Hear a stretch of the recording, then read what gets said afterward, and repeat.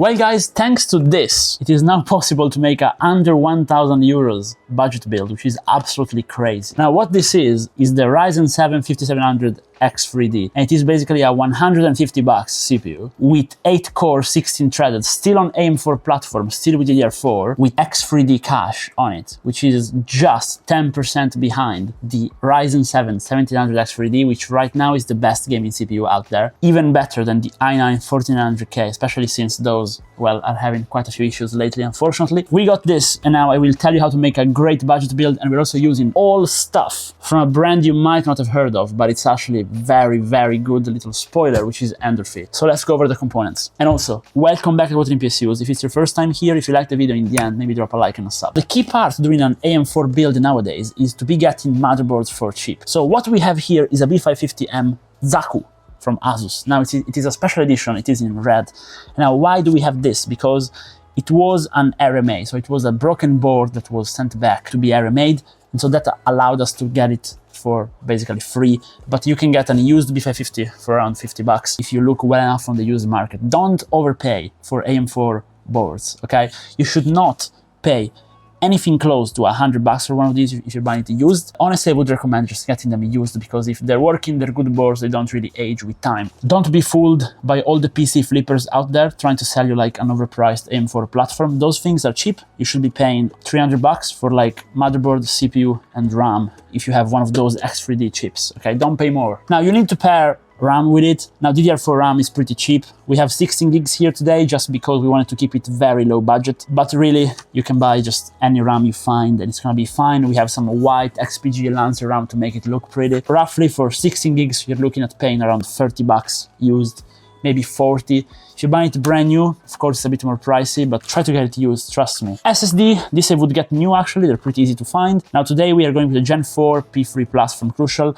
Not the highest speed, but unless you're doing video editing, it's not gonna be a problem. Honestly, a Gen 3 drive is gonna be plenty for you. So if you can find a cheap Gen 3 drive, just get that one. 3000 megabytes per second are plenty for gaming. You don't need more, it's wasted money. And we then have a brand new GPU because our build is all brand new. But if you're buying used, again, little tip for those of you guys who have been following the channel for a while, get a 3070 instead. Nowadays they go on the used market for around 200 bucks if you look good enough, and they perform better than this thing and also look better. But this is brand new, comes with warranty, and it's a 4000 series card, 4070 Ti, MSI Ventus 3X, it's gonna be plenty fine. Let's talk about the Endorfy stuff. So you're gonna be needing case, cooler, and power supply. The cooler you don't really need, okay, because this thing is extremely efficient. You can run it basically on any cooler, which is not a stock one. I personally recommend the new Arctic air cooler, but really with 30 bucks you can cool down your CPU, so you don't need to spend that much on a very good cooler. But if you do get a high-end cooler like what we have here today, the Navis F360 RGB from Endorfy, basically other than looking really cool, if you're into tweaking and want to undervolt your system a little bit, with this thing the CPU will actually boost higher, because even the X3D chips have PBO and they really feel the temperature. Better cooler may be a good choice if you have the budget. If you are on a very tight budget, you can cheap out on the cooler, but this thing has an MSRP of around 130 bucks, which for a 360 with RGB, which looks nice, is not bad at all. And they all have similar prices. So the case, what I have here is the Endorfy ARX 700 ARGB. This thing comes in at 120 euros, which is not bad at all, and it comes with 4 included ARGB fans. So we're gonna have all the same fans, it's gonna look nice. And well,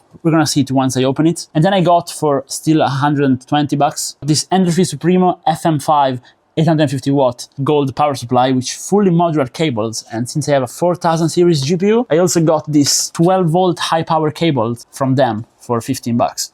So I say we got a building. Okay, so step one, let's take a look at this Zaku motherboard.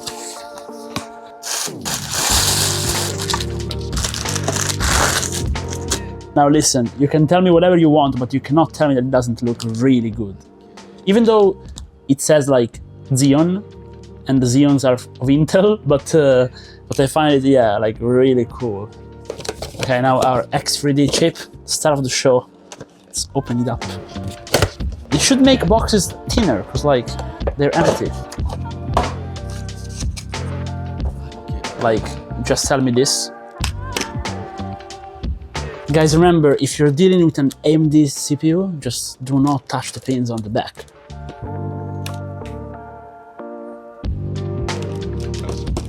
Make sure it's properly in.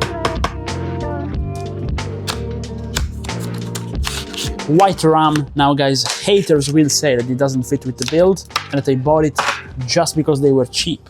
They would maybe be right actually, but our nice SSD.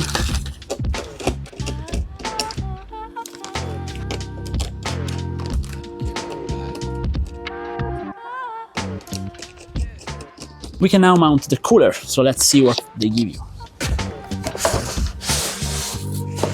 Pretty cool packaging. They give you some paste as well. And the cooler comes pre-mounted, guys. If you've been following the channel for a while, you know that I mount like really a lot of PCs, more than most channels. So I really appreciate when things are pre-mounted the right way. So good job. And also, it's all daisy chainable. Take a look.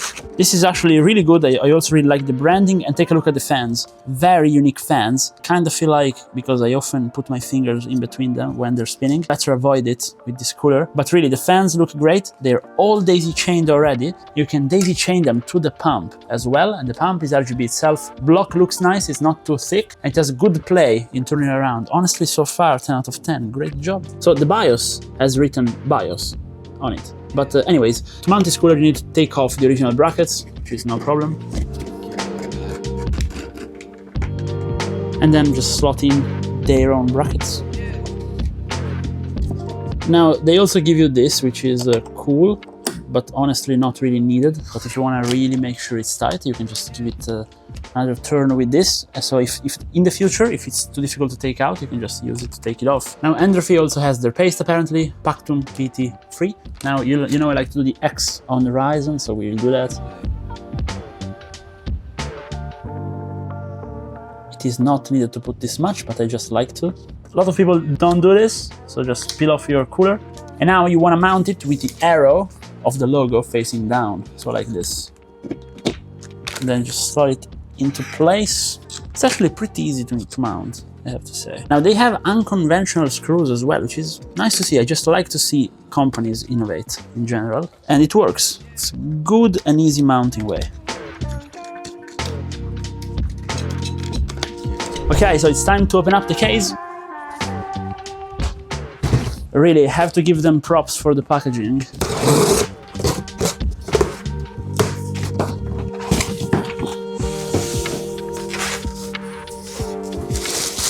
It's definitely unique, but it looks nice. It looks really nice, actually. You know, something that's missing a lot lately with modern cases is build quality. This thing is heavy. You can tell it's built right, and it has a proper mesh on the front, not a fake one. Also, very nice mesh on top. I can just see already that you can just slide off this to get the all-in-one in. It has a slide-off mesh panel, which I prefer to actual filters. So I like it a lot. Full filter. Again, honeycomb design on the front. USB-C on top. And very, ooh, okay, I've seen a few things inside which are interesting. I'm going to show you right now. Now, very interesting design inside. As you can see, this thing is slightly angled, so it comes out. And we have very premium rubber grommets which do not come off easily. And we even have one here, which is clearly here for the GPU. So I'm going to route my GPU cable from here. And I think it looks very nice. All these add-ons you see are for SSDs. And we have plenty of extra cutouts. So far, I absolutely like it. Now, the backside is really cool with nice routes.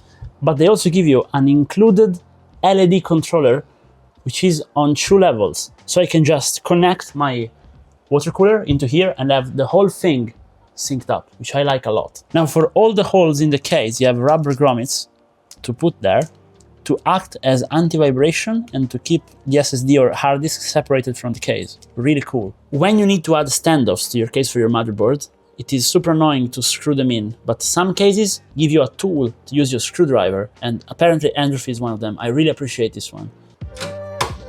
Motherboard install time. Don't scrape the back. Don't scrape the back. No.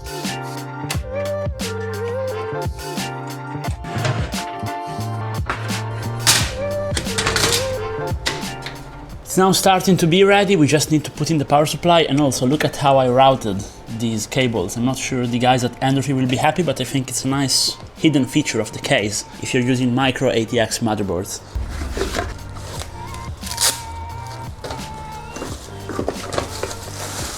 It's heavy enough, it looks like a very good power supply. Let's put in the cables we need.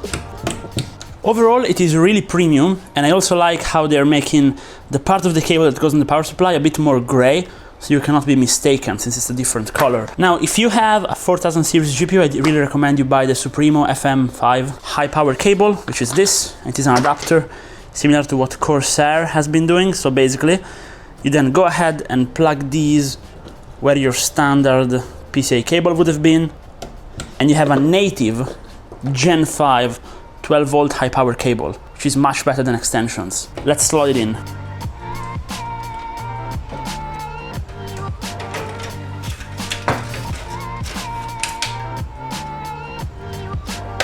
At this point, we are just missing the GPU, and now look at this, it's pretty cool. It's magnetic. Now we can take these off. GPU time, eventually. Let's go ahead without dropping it into the case. GPU slot in time. Now, unfortunately, I was actually sent in a GPU with an 8-pin. So we cannot use this very cool cable, but take a look, it would look really nice actually. So this is the front, and the back is surprisingly very well cable managed actually. So let's close it up. Nice.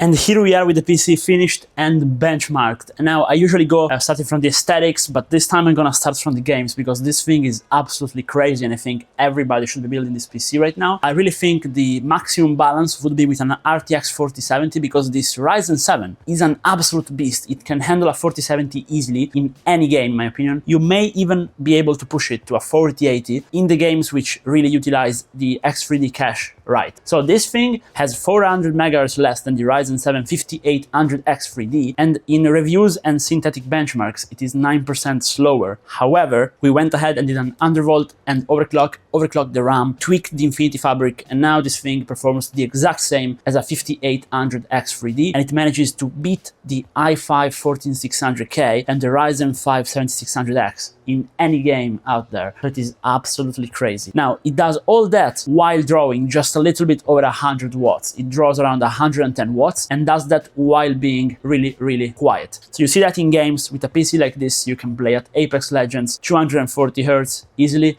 You can play at Fortnite over 300 FPS. If you were to play lighter competitive titles like CS2, Overwatch 2, those things, you can push out like 400 frames with low settings. Same goes for Rainbow Six Siege. If you play more intensive games like Call of Duty Warzone, you can still get over 144 Hz. So you can pair this with a 144 Hz monitor, but actually I think with a PC like this, you can easily get a 165 Hz monitor and even a 240. I think you can pair it with this build, which is crazy because again, under 1,000 bucks for the whole PC, you can get a good monitor, maybe used for 200 bucks and be happy. Well, this is kind of already a conclusion because I recommend it to all of you guys, but now let's cover the rest of the build and also the little issues that this configuration has. So if you are using this for productivity, this thing is not that good. A 7th gen Ryzen 5 will beat this thing in multi-thread, and also you can see that by the CPU-Z score, which is not impressive at all, and also by the Firestrike score, which overall is pretty good, but as you can see in the synthetics, in the physics, CPU is not that good. I mean, it's very good, but for today's standard,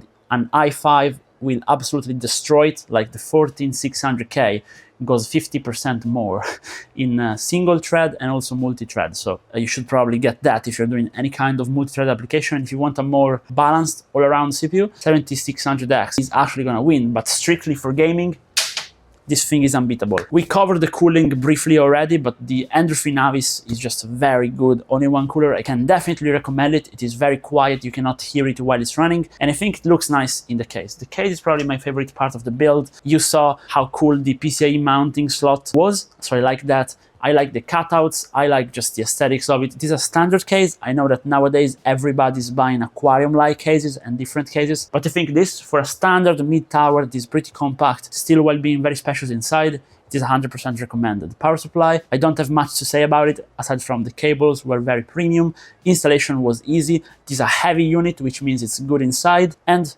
it is not too big. So 10 out of 10 on the power supply as well. Honestly, I think Endorfy is coming in with good prices. To really wipe the competitions, they would have to be a bit cheaper than what we have right now. I think even with current prices, they are pretty good, so I can definitely recommend the Endorfy combo as well. Now, 2 words on the Zaku motherboard. It is a limited edition one. It has a very cool BIOS layout when you boot it. But aside from that, it is just a normal Asus TUF B550. The VRMs aren't really any different. I like it, I think it looks nice, and I think the white RAM actually, even though you may not like it, looks perfect with it, and it's also why I have a white LEDs on the case right now. 4060 Ti, well, we don't have much to say about it. You guys know it's not my favorite card, but that as well we undervolted, as I show on the channel. I have tutorials again for every single component in case you want to tweak it. I have playlists for you guys, but after undervolting it, it ran nice and quiet and with pretty good temps. So this is it for today's build. You should definitely build a PC like this if you're looking in around this budget range, and I think it can also be good if you're a PC flipper, actually. But let me know down below if you like it, and if you don't like it, let me know what you would have changed. And if you watched the video this far, maybe drop a like and a sub to help me out and to allow me to do more builds like this. And yeah, see you guys soon, hopefully, if you decide to stick around. Goodbye.